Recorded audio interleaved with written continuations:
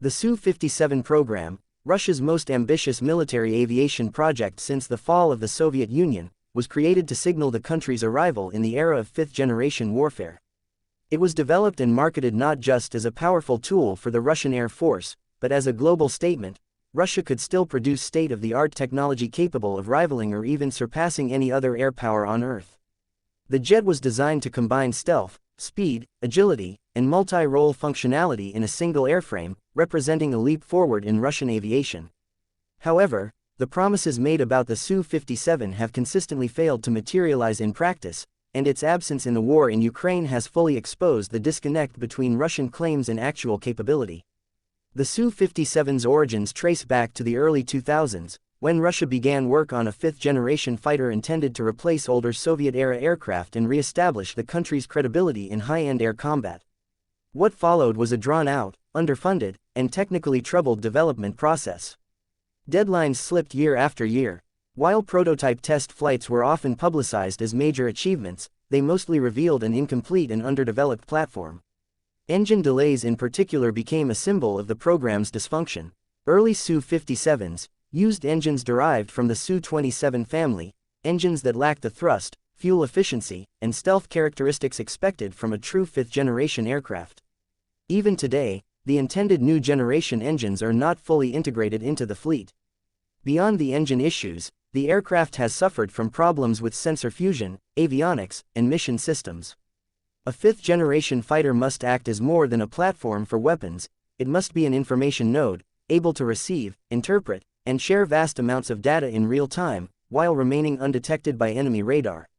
This requires a highly advanced internal architecture, combining radar, infrared sensors, communication systems, electronic warfare suites, and computing power to allow for seamless battlefield awareness. Russia has struggled to achieve this level of integration. Multiple reports indicate that critical subsystems are either absent, unreliable, or only partially functional. The targeting systems, in particular, appear underdeveloped, limiting the aircraft's ability to conduct ground attack missions or serve in a true multi-role capacity. The production situation is equally dire. While Russia has repeatedly claimed it will build dozens or even hundreds of Su-57s in the coming years, the actual delivery numbers remain low.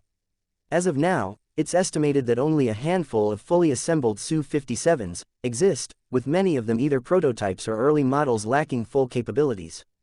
The aircraft has not entered mass production at a scale that would allow it to play a significant role in any high-intensity military campaign. Russia's industrial base, already strained by decades of neglect and inefficiency, has not proven capable of consistently producing advanced airframes at scale, especially under current sanctions and trade restrictions that limit access to foreign components and materials. The Su-57's operational record is, by all measurable standards, insignificant. Despite being touted as a major force multiplier, it has played no meaningful role in the war in Ukraine, the largest and most demanding military conflict Russia has engaged in for generations. In an environment where control of the air is both strategically valuable and extremely difficult to achieve, a stealth fighter with real capabilities would be a powerful asset. Yet the Su-57 has barely been seen, rarely mentioned by military sources, and absent from major operations. This is not a strategic mystery. It is the result of deliberate caution. Russian leadership appears unwilling to expose the aircraft to real risk. If one were to be damaged or destroyed in combat, the loss would not just be military, it would be reputational, economic, and political. The Su-57 is not only expensive to build and operate, but it also carries immense symbolic weight. It is regularly used in state media to project an image of power and technical mastery. Its failure would contradict years of official narratives and embarrass the defense establishment at a time when Russia is trying to maintain the image of a strong, independent military power. Simply put, the risk of seeing a Su-57 crash, malfunction, or be shot down is greater than the potential benefit of its use in combat. Therefore, the aircraft is kept away, safe from the battlefield, but also irrelevant to it. This situation reveals something deeper than just the failure of a single aircraft. It reflects a systemic weakness in Russia's military-industrial system, where grand declarations are often used to mask structural deficiencies. The Su-57 is a product of a defense strategy that prioritizes propaganda over performance, appearances over substance. Despite being announced as a finished product, it is still, in practical terms, a prototype. It is a symbol of aspiration, not achievement. Meanwhile, the war in Ukraine has become a proving ground for what does and doesn't work in modern warfare.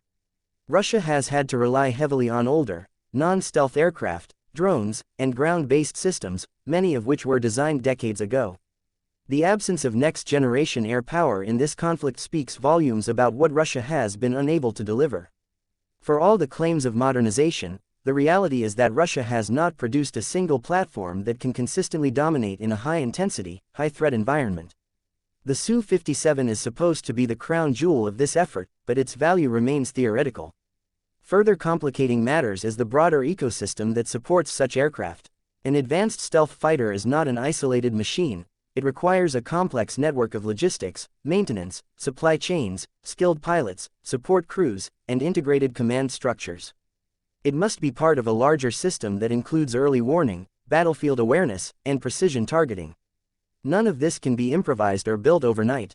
Decades of underinvestment and mismanagement have left Russia ill-prepared to operate such a system, even if the aircraft itself were ready. The Su-57 is not simply a delayed project, it is a demonstration of the limits of the Russian defense establishment. It was intended to symbolize rebirth but now illustrates stagnation. The aircraft's near-total absence from Ukraine is not due to strategic patience, it is a quiet admission that the jet is not combat-ready, not trusted, and not capable of delivering on the promises that have been attached to it for nearly 2 decades. The longer it stays grounded, the louder that message becomes.